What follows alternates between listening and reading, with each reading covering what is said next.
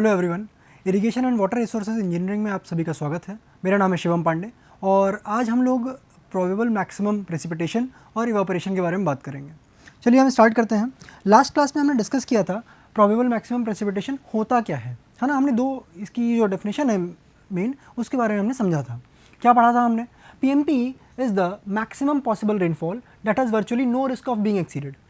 फिर देखिएगा एक चीज़ और, PMP is defined as the greatest or extreme rainfall for a given duration. All right, this is very important. That is physically possible over a station or basin. अगर मैं आसान शब्दों में कहूँ तो PMP का मतलब ये होता है कि इससे ज़्यादा बारिश तो होने की नहीं, इससे ज़्यादा बारिश नहीं होगी किसी भी, अगर आप गिवन ड्यूरेशन की बात कर रहे हैं, मतलब कि अगर मैं कहूँ कि 1 मिनट की बारिश के बारे में बात हो रही है या फिर मैं कहूँ 1 घंटे की बारिश के बारे में बात हो रही है, तो किसी एक लिमिट से ज़्यादा बारिश नहीं होने वाली है। Okay, What is that limit? उसके बारे में अभी हम पता करेंगे। Okay, study of PMP is very much important because we have to use it in design of the hydraulic structure. Okay, hydraulic structure में डैम आ जाएगा, रिजर्वायर आ जाएगा, वो सारी चीज़ें के लिए इंपॉर्टेंट है।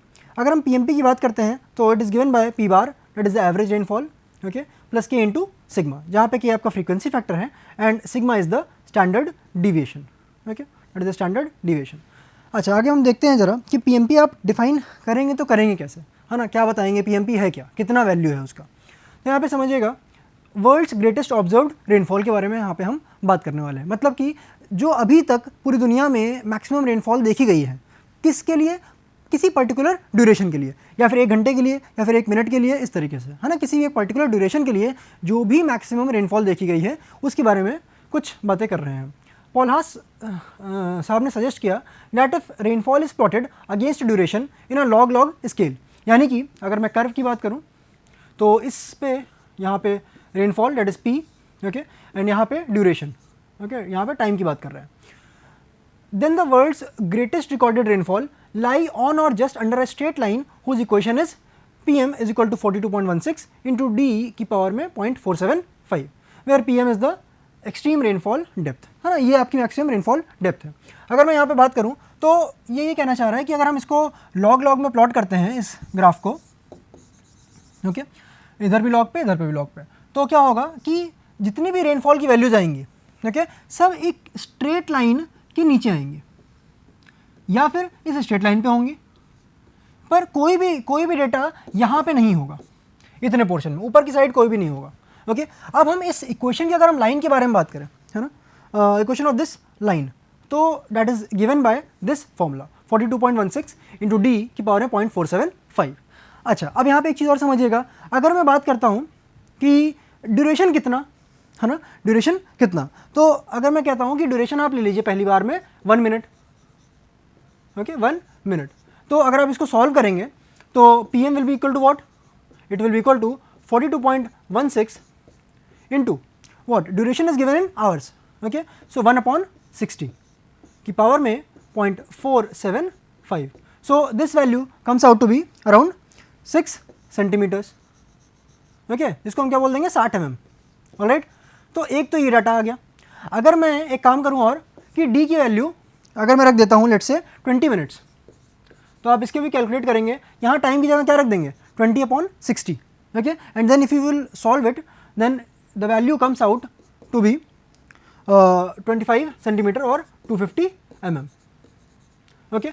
अगर मैं इसको क्या कर दूं, 1 ईयर के डेटा की बात करूं, ठीक, 1 ईयर के डेटा की बात करूं, अगर मैं 365 days, okay, 365 into 24 hours, okay, तो जितने भी नंबर ऑफ आवर्स आपके पास आ रहे हैं, अगर आप यहाँ पे आप इसको फॉर्मूले में रखते हैं, okay, it will be coming out around 8760 hours, okay, 8760 hours. तो अगर आप इस फॉर्मूले में रखेंगे यहाँ पे इन द पावर हेयर, तो this value will come out to be around 3145 centimetre, okay, यानी कि 31.45 मीटर्स। यानी कि अगर मैं 1 मिनट की ड्यूरेशन की बात कर रहा हूँ तो उसके लिए 60 mm सबसे मैक्सिमम रेनफॉल देखी जाएगी। अगर मैं 20 मिनट की रेनफॉल के बारे में बात कर रहा हूँ तो 250 mm देखा जाएगा, और अगर मैं 1 साल के बारिश की बात कर रहा हूँ तो you will be getting a different set of data, है ना। 1 मिनट के लिए मैंने क्या आपसे बताया 60 mm रेनफॉल आ रहा है answer. I said about 20 minute कि इसके लिए 25 सेंटीमीटर या फिर 250 रेनफॉल आ रहा है। ओके, एंड फॉर 1 ईयर को आप ईयर्स में आवर्स में कन्वर्ट कर सकते हैं, and then the value is coming out to be 31.44 metre. ये किसकी वैल्यूज़ हैं? ये सारी वैल्यूज़ है पीएम की, यानी कि this is the maximum rainfall which can be recorded. अगर मैं इतनी ये बात मैं यहाँ पे कह रहा हूँ तो जो भी डेटा ऑब्जर्व किया गया होगा पूरे वर्ल्ड में वो क्या होगा? That will be what? Somewhat lesser than these values, in values से कम ही होगा। चलिए अब देखते हैं, अगर मैं इसी फॉर्मूले को लेकर चलता हूँ तो जो ऑब्जर्व वैल्यूज़ की अगर बात करूँ तो world's highest recorded intensities are of the order of 40 mm in a minute, जो कि किससे कम है? 60 mm से कम है। ये मैंने आपको पीछे इस पे वैल्यूज़ को रख के बताया मैंने आपको। 200 mm इन 20 मिनट्स, अगर ड्यूरेशन 20 मिनट्स का है तो ये किससे कम है? 250 mm से कम है। That is also okay. तो रेनफॉल या तो इस लाइन पर लाई कर रहा होगा या फिर इससे कम होगा। ओके, यहाँ पे 26 मीटर्स इन ईयर है, वैल्यू हमारी क्या थी? 31.45 मीटर्स, तो यहाँ पे भी ये वैल्यू कम है। So we can say that this is the maximum probable maximum precipitation. अगर मैं इसका एग्जांपल लूँ तो एक ग्राफ ऐसे ही प्लॉट किया गया है। This is the rainfall in this direction and duration is in this direction. Okay, world के लिए ये देखिए ये रेड लाइन है यहाँ पे। Okay, this is the red line. ये कौन सी इक्वेशन है? ये कुछ पीएम की इक्वेशन होगी, है ना, whatever be the equation. अब आप एक चीज़ और समझिएगा, okay, that is this equation r is equal to 491 into D की पावर में 0.452। This is some random equation. Okay, now understand, जो ऑस्ट्रेलिया के लिए और न्यूजीलैंड के लिए दो चीज़ें प्लॉट करी गई पीएमपी निकालने के लिए, that was this line for Australia, okay, and this line for New Zealand. तो आप यहाँ पे देख सकते हैं जो ये ग्रे प्लॉट्स हैं ये क्या है? ये सभी न्यूजीलैंड वाली प्लॉट के नीचे लाई कर रहे हैं, कोई भी प्लॉट ऊपर नहीं है। Okay, none of the point is above the this grey line. अगर मैं ऑस्ट्रेलिया की बात कर रहा हूँ तो सभी ग्रीन पॉइंट्स आप देखिएगा, सभी green points, these are the green points, सभी के सभी या तो इस लाइन पर लाई कर रहे हैं या तो इसके नीचे लाई कर रहे हैं। तो कोई भी बारिश इसके ऊपर, इस लाइन के ऊपर यहाँ पे लाई नहीं कर रही है। Okay, so this is what by which we can determine the probable maximum precipitation. So with this we come to an end of the two topics, rainfall, okay, and the water cycle. अब हम बात करेंगे evaporation and consumptive use की। पहले हम इसमें बात करेंगे evaporation की and then we'll move on to transpiration, जिसका हम छोटा सा पार्ट पढ़ेंगे। फिर हम उसके बाद बात करेंगे evapotranspiration की and then we'll move on to the consumptive use. तो यहाँ पे जितने भी टर्म्स मैंने लिख रखे हैं वो सब कहीं ना कहीं पहले डिस्कस हो चुके हैं। ओके, टर्म्स कौन कौन से? एक प्रेसिपिटेशन यहाँ लिखा हुआ है, एक रन ऑफ है। Okay, then again precipitation, run off, some of it disappears. Okay, what does it mean? I will tell you. Laws of it, ये जितने भी 5 टर्म्स यहाँ पे दे रखे हैं ये सब आपने कहीं ना कहीं देख रखे हैं पहले। So let's go through it one by one. Precipitation on the earth surface produces the run of. बारिश हुई, कुछ ना कुछ रन ऑफ के रूप में पानी बाहर जाएगा, ओके, सरफेस पे फ्लो करेगा, but not all part of the precipitation is converted to run off. अगर आप ये कहते हैं कि अगर 100 mm की बारिश हुई, ओके, एंड आप ये कह रहे हैं कि इस 100 mm की रेनफॉल में सारा का सारा रन ऑफ में चला गया, ऐसा नहीं हो सकता। क्यों? कुछ पार्ट ही रन ऑफ में जाएगा। लेट से 40% रन ऑफ में चला गया, okay, what happens to the remaining 60%? The remaining 60% let say it disappears. Okay, अब डिसअपियर हो रहा है यानी कि लॉस हो रहा है पानी का। पानी का लॉस कैसे कैसे होगा? इन तरीकों से होगा, इवेपोरेशन से, ट्रांसपिरेशन से, इंटरसेप्शन और डिप्रेशन स्टोरेज से। मैं इनको एक साथ क्लब कर रहा हूँ, जब मैं आगे डिस्कस करूँगा इन्फिल्ट्रेशन के बारे में तो वहाँ पे समझ में आएगा मैं इनको एक साथ क्यों क्लब कर रहा हूँ। Then the last point is this infiltration.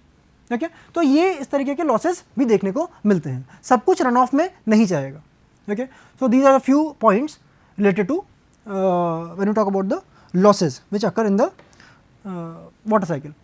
अब इवेपोरेशन एंड प्रेसिपिटेशन, ये सारे डायग्राम आपने पहले लेक्चर में देख रखे हैं। Okay, this is the evaporation part which is from the water body. Okay, precipitation आपको पता है जो रेनफॉल हो रही है उसके बारे में बात हो रही है। Okay, and then there is some run off also which is like this. Interception and depression storage की बात करूँ तो यहाँ पे अगर ये बिल्डिंग है और इसने यहाँ पे पानी को स्टोर कर लिया तो दैट इज द इंटरसेप्शन। यहाँ पे पेड़ है, ये भी अपने कुछ ना कुछ इंटरसेप्ट करेगा वाटर को। यहाँ पे this is the depression storage, तो पानी यहाँ आके स्टोर हो गया, जो भी गड्ढे और बने हुए हैं on the ground on that unlevelled surface, वहाँ पे ये सब स्टोर होगा।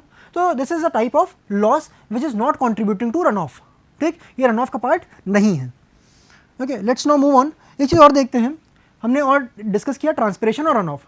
तो ट्रांसपिरेशन की अगर हम बात करेंगे तो कहाँ से होगा, ये जो प्लांट्स हैं यहाँ से होगा। ओके, यहाँ पे इवेपो ट्रांसपिरेशन, दो टर्म यहाँ पे हमने पहले भी बात करी है कि क्या होता है क्या नहीं होता है when we discuss the entire diagram. और रन ऑफ की अगर हम बात करें तो एक तो रन ऑफ ये हो गया आपका, देखिए है ना। तो this is the kind of losses which can occur in the water cycle. Evaporation के बारे में बात करते हैं। देखिए दो टर्म होते हैं, एक होता है इवेपोरेशन और एक होता है बॉइलिंग। अगर मैं बॉइलिंग की बात करूं तो boiling is at what 100 degree Celsius. अगर मैं वाटर की बात कर रहा हूं तो 100 डिग्री सेल्सियस पे पानी बॉयल हो जाता है। बॉयल हो जाता है मतलब क्या हुआ कि लिक्विड से वो गैसेस स्टेट में चेंज हो जाएगा या फिर लिक्विड से वो वेपर स्टेट में चेंज हो जाएगा। Okay, so this is how this will be taking place, but it will be at some temperature, it is the boiling point temperature. अच्छा, अगर मैं इवेपोरेशन की बात करता हूँ, so this is the process in which a liquid changes to gaseous state at the free surface. Okay, तो यहाँ पे भी क्या हो रहा है, एक लिक्विड गैसियस स्टेट में या फिर वेपर स्टेट में चेंज हो रही है। Okay, eight the free surface, यानी कि अगर मैं बात करूँ कि अगर ये रिजर्वायर है कोई और रिजर्वायर का कोई ये वाटर लेवल है, तो यहाँ से there will be some amount of evaporation that will be occurring. But the thing and the difference here is it occurs at below the boiling point, okay, and it is through the transfer of the heat energy. Okay, तो ये process जो भी होगा ये below the boiling point है। It is a cooling process such that the latent heat of vaporization, okay, or evaporation, it is taken away from the water body by escaping water molecule. Okay, so some amount of energy, जैसे बस यहाँ पे अगर मैं molecules की बात करूँ, these are the water molecules, तो ये वाटर मॉलिक्यूल्स जब यहाँ से एस्केप करेंगे तो they will be taking up out some energy from the water body. Okay, और ये जिस पे जितनी एनर्जी लेके जाएंगे that is 585 calorie per gram. Okay, so this is what are the basics of the evaporation process. आगे हम देखते हैं, चलिए, what are the factors which affect the evaporation. तो कुछ यहाँ पे फैक्टर्स दे रखे हैं, है ना, ये कुछ यहाँ पे 7 फैक्टर्स दे रखे हैं। चलिए हम यहाँ पे ना डिस्कस करके हम इसको आगे एक एक करके पॉइंट करके डिस्कस करते हैं। तो पहला पॉइंट है यहाँ पे vapour pressure at the water surface and air above. Okay, तो यहाँ पे पहला टर्म की बात करी गई है वेपर प्रेशर की। ओके, तो सी दिस वेपर प्रेशर की बात हो रही है। ओके, दो जगह पे, कहाँ पे, water surface and air above. तो मैं एग्जाम्पल के तौर पर लेता हूँ, this is the some water level of the reservoir, है ना, कोई लेक है या कोई सरफेस है, वाटर सरफेस, वहाँ पे अगर मैं बात करूँ तो एक बात सोचिएगा कि यहाँ पे तो एयर है और यहाँ पे ये वाटर है। नाउ व्हाट हैपेंस, अगर यहाँ से मॉलिक्यूल को एस्केप करना है, वाटर मॉलिक्यूल को यहाँ से एस्केप करना है, ऑलराइट, कौन होल्ड करेगा? अगर ये वाटर मॉलिक्यूल यहाँ से जा रहा है ऊपर की तरफ तो होल्ड किसको करना है? एयर को करना है। यहाँ से अगर मॉइस्चर जा रहा है तो होल्ड कौन करेगा? एयर। बट एयर के पास यदि कैपेसिटी ही ना हो, एयर की कुछ ना कुछ कैपेसिटी होगी मॉइस्चर होल्डिंग की, अगर वो कैपेसिटी ही ना हो तब क्या होगा? तब that evaporation will not B taking place. तो इसकी मैं कैपेसिटी की बात करूँ तो दिस इज द ES, हाँ, जिसको मैं बोलूँगा क्या? Saturation vapour pressure. Okay, and then EA is the actual vapour pressure, जो उस समय की वैल्यू होगी, है ना। ये तो मैक्सिमम वैल्यू है, this is the maximum value of the vapour pressure. But जो EA है वो at that moment of time, okay, at that present moment, वहाँ उस समय कितनी वेपर प्रेशर की वैल्यू होगी। Okay, so see E is directly proportional, E is the rate of evaporation, मतलब कितना mm पानी पर डे लूज कर दे रहा है। ओके, दैट लेक सरफेस और the reservoir surface is losing how much of water per day, so it is directly proportional to ES minus EA। अगर मान लीजिए एक्चुअल, अगर मैं बात करता हूँ कि एक्चुअल वैल्यू, हाँ, EA is equal to ES हो जाए, यानी कि जो सैचुरेशन वैल्यू है वो जो है आपका एयर रीच कर चुका है, तब अब कोई भी इवेपोरेशन नहीं हो पाएगा। क्यों? क्योंकि एयर की जो भी मॉइस्चर होल्डिंग कैपेसिटी है वो फुलफिल हो चुकी है, अब वो और वाटर मॉलिक्यूल अपने पास नहीं ले सकता है। और अगर ऐसा सिचुएशन आता है तब you will be saying that E will not be there. Okay, कोई भी इवेपोरेशन नहीं हो रहा होगा, तो E is the evaporation loss, C is on constant, जो हमने यहाँ पे प्रोपोर्शनल साइन रिप्लेस किया है तो C कॉन्स्टेंट लेके आए हैं हम लोग यहाँ पे। ES is the saturation vapour pressure at water temperature, EA is the actual vapour pressure in the air. Okay, and see here, अगर ES is greater than EA then evaporation will take place, यानी कि अगर मैं बात करूँ तो EA हमेशा कम होना चाहिए। अगर EA कम रहेगा तो एयर की मॉइस्चर होल्ड करने की कैपेसिटी है। ओके, अगर EA ज़्यादा रहेगा तो कंडेंसेशन विल टेक प्लेस। तो हमारे लिए कौन सा पॉइंट इंपॉर्टेंट है? ये वाला। अगर ई ए कम है ई एस से तो it will B okay for us. अच्छा, अगर मैं क्या कहता हूँ कि ई एस की बात कर रहा हूँ यहाँ पे मैं, तो अगर ई एस की मैं बात करूँ, अगर ये ई एस फुली तरीके से सेटिस्फाइड हो गया है ना, ई ए की वैल्यू ई एस के बराबर हो गई है, मतलब क्या हुआ, वो जो एयर है अब वो पूरी तरीके से ह्यूमिड हो चुकी है। तो ह्यूमिडिटी की जब हम बात करते हैं, रिलेटिव ह्यूमिडिटी की बात करते हैं, तो जो हम रिलेटिव ह्यूमिडिटी का फॉर्मूला देते हैं, रिलेटिव ह्यूमिडिटी का फॉर्मूला देते हैं, that is given bye E S upon E A, okay, this E upon E S, okay, कि कितनी वैल्यू होगी। तो हम आगे इसको देखेंगे कि रिलेटिव ह्यूमिडिटी क्या होता है और वो इफेक्ट कैसे करता है। टेम्परेचर की बात करें, अगर हम टेम्परेचर को इंक्रीज़ करते हैं तो रेट ऑफ इवेपोरेशन इंक्रीज़ होता है, keeping all other factors same. Obvious सी बात है, अगर कोई और फैक्टर चेंज होगा तो किसी ना किसी तरीके से इस इवेपोरेशन रेट को ये ऑल्टर कर रहा होगा। So always you have to see that अगर हम किसी एक फैक्टर का कंपैरिजन कर रहे हैं तो बाकी other factors should be the same, okay. तो evaporation increases with the increase in temperature. अगर विंड की बात करूँ तो विंड में सबसे पहले अगर एक वेलोसिटी बढ़ती चली आ रही विंड की, तो एक कांस्टेंट वेलोसिटी पे आके फिर इवेपोरेशन रेट रुक जाएगा, मतलब कि वो इवेपोरेशन रेट कांस्टेंट हो जाएगा, ऑलराइट। उसके बाद फिर वो वैल्यू नहीं बढ़ेगी। पहले तो इवेपोरेशन बढ़ेगा, अगर विंड वेलोसिटी बढ़ रही है आपकी तो क्या होगा, the evaporation will be increasing, but after some point of time, एक फिक्स्ड पॉइंट के बाद the evaporation rate will remain constant. तो यहाँ पे पहला पॉइंट देखिएगा, vaporisation rate increases due to faster winds, ये पहला इनिशियल फेज है, ऑलराइट। सेकंड पॉइंट देखिएगा, if the wind velocity is very high and is sufficient to remove all the vapor above the water surface, then any further increase in the wind velocity will not affect the evaporation rate. तो बाद वाले phase में क्या हो रहा है, बाद वाले फेज में this evaporation rate is constant, इसमें कोई बढ़ोतरी या गिरावट नहीं देखी जा रही है। Next we move on the fourth this atmospheric pressure, fourth point. Now see here, अगर ये वाटर सरफेस है और यहाँ पे आपका एयर है या फिर मैं कहूँ एटमॉस्फेयर है, और एटमॉस्फेयर क्या करेगा, कुछ ना कुछ प्रेशर लगाएगा, और प्रेशर लेट से पी ए है ना, पी ए एटमॉस्फेरिक प्रेशर है, और इवेपोरेशन कैसे होगा, यहाँ नीचे से होगा। अगर एटमॉस्फेरिक प्रेशर ऊपर से ज़्यादा लग रहा हो तब क्या होगा, इवेपोरेशन रेट कम हो जाएगा, बट अगर ये एटमॉस्फेरिक प्रेशर इज रिड्यूस्ड तब क्या होगा, इवेपोरेशन रेट बढ़ जाएगा। तो हम ये कह सकते हैं कि evaporation is inversely proportional to the atmospheric pressure, okay, that is one point. Soluble salts की बात करते हैं। Next point, soluble salts. When salts are present in the water, vapour pressure decreases, thereby reduction in the rate of the evaporation, alright, that is one point. As a result, what happens, evaporation from sea water is about 2 to 3% less than that of the fresh water, okay. तो impurities जब भी आएंगी पानी में तो there will be some loss there। Depth of water body की बात करते हैं। समर में शैलो डेप्थ की वाटर बॉडी में evaporation will be more, winters में डीप लेक्स में evaporation will be more, okay। Point समझिएगा अब, in the summers shallow depth of the water permits rapid increase of temperature during daytime, okay, so evaporation is more in shallow water body। what happens in winters, winter में actually ठंडा रहेगा आसपास का area, है ना, surrounding air का temperature will be lesser, so in winters temperature of the surrounding air falls, but what happens, the temperature of deep lakes does not fall easily, because उसकी कुछ ना कुछ जो इंटरनल हीट रहती है वो मेंटेन रहती है, उसमें कोई चेंजेस नहीं देखने को मिलते हैं, and this water remains relatively warmer, consequently evaporation is more, okay, so that is one point. अगर हम एक नेक्स्ट पॉइंट की बात करें, it is the surface area, okay, तो this the I think 7th point. तो surface area is directly proportional to the exposed surface area.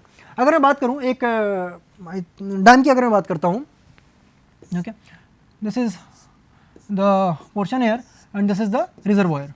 अगर मैं इसकी बात करूँ, this is the ground level, okay, और द बेस।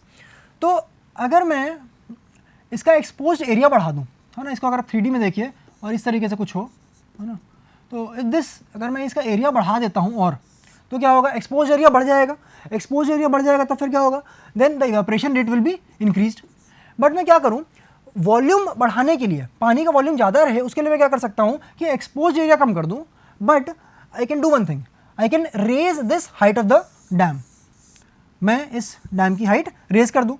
पहले लेट से स्मॉल एच थी, वो मैंने बढ़ा के अब क्या कर दी है, कैपिटल एच कर दी है, तो अब क्या होगा, now the water which will be stored will be more. अब मैं क्या करूँगा, सेम वॉल्यूम के लिए मैं क्या कर सकता हूँ, वॉल्यूम अगर मुझे सेम रखना है तो यहाँ पे A इंटू एच है, तो यहाँ पे वॉल्यूम के लिए मैं क्या करूँगा, ए डैश इंटू कैपिटल एच, और यहाँ पे ए जो है मैंने क्या कर दिया है, कम करके ए डैश कर दिया है, ओके।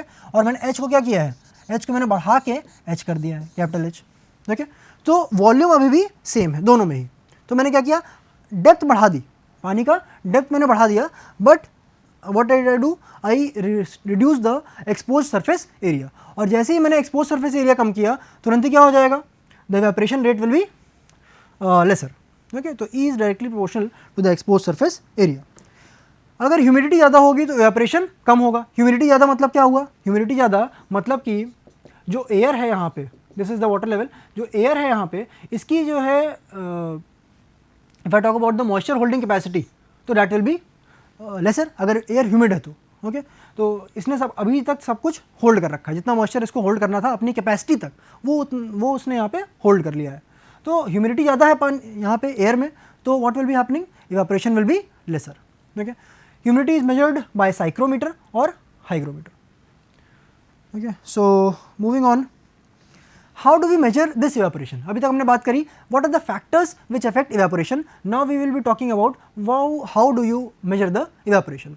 तो इसमें कुछ मेथड्स हैं। पहला है आपका इवेपोरीमीटर मेथड या फिर पैन मेथड। सिंपल मैं कहूँ तो एक पैन होता है and then you measure the evaporation in this pan which is kept in the field, okay. Empirical equation दो हैं, एक आपकी इसमें मेयर्स इक्वेशन है, एक आपकी रोहोवर्स इक्वेशन है।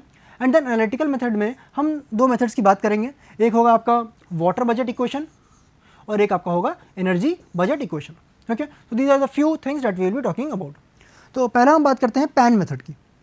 Late us see here what is, let us see first how does the pan look like. तो दिस इज द पैन। अब हम क्या करते हैं, इसको हमने फील्ड में यहाँ पे रख दिया। Now what happens, we place in the water in this. जब हमने वाटर इसमें फिलअप कर दिया है इसके अंदर, okay, and this is the net here, है ना, मेश टाइप का रहता है, this is the mesh. Why?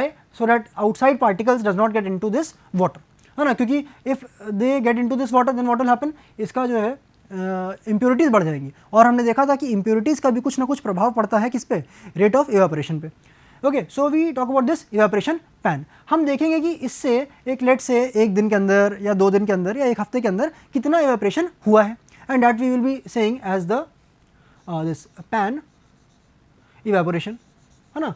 फिर हम क्या करेंगे, हमारे पास एक कोफिशिएंट होगा जिसकी मदद से हम इसको कन्वर्ट कर देंगे लेक इवेपोरेशन में, है ना। वैल्यू हम इसकी देखेंगे बट हम कहेंगे कि लेक में इतना चेंजेस देखने को मिले। तो let us see here what are the different evaporimeter और pans are there in practice. First is the class A evaporation pan which is used by US weather bureau, okay. इसका जो pan coefficient है it is given by 0.70। ISI standard evaporation pan की अगर हम बात करें तो that is CP is equal to 0.80। Colorado sunken pan की अगर हम बात करें तो CP is equal to 0.78। And US geological survey pan की बात करें जो कि फ्लोटिंग टाइप होता है। अगर ये फ्लोटिंग टाइप है तो आप ये समझ सकते हैं कि इसकी जो रिजेंबलेंस होगी एक्चुअल कैरेक्टरिस्टिक से वो बहुत ज़्यादा होगी, ओके। तो आप इसको ये कह सकते हैं कि this is a very good method, है ना, good pan which will be resembling the actual values. तो this is CP is equal to 0.8। तो यहाँ पे एक चीज़ और समझिएगा, मैंने आपको पहले बताया कि पैन इवेपोरेशन आप कैसे मेजर करेंगे। आपने पैन इवेपोरेशन मेजर किया, now you will be using the pan coefficient. ये 0.78 हो सकता है, 0.70 हो सकता है या फिर 0.80 हो सकता है। Now what ever be the case, आप जो भी पैन यूज़ करेंगे you will be using that pan coefficient. तो लेक इवेपोरेशन हमेशा क्या होगा, pan coefficient into the pan evaporation. तो अगर मैं बात करूँ तो इस लेक इवेपोरेशन में समझिएगा कि what ever be the value of this pan evaporation, उससे तो हमेशा कम ही आएगी। क्यों? क्योंकि कोफिशिएंट जो है यहाँ पे that is also slightly lesser, less than what, less than 1। तो लेक इवेपोरेशन जो भी आएगा वो पैन इवेपोरेशन से कम ही होगा, ओके। नेक्स्ट हम बात करते हैं तो ISI स्टैंडर्ड पैन की अगर आप बात करें तो आप ये देख सकते हैं यहाँ पे ISI स्टैंडर्ड पैन कैसा है ना, this is this and this is the entire portion. ये एक तरीके से पैन है आपका, यहाँ पे एक वायर मेश है यहाँ पे, ओके। And if you talk about this thing here तो this is 1225 centimetre square, okay. Diameter की अगर हम बात करें तो 1220 है।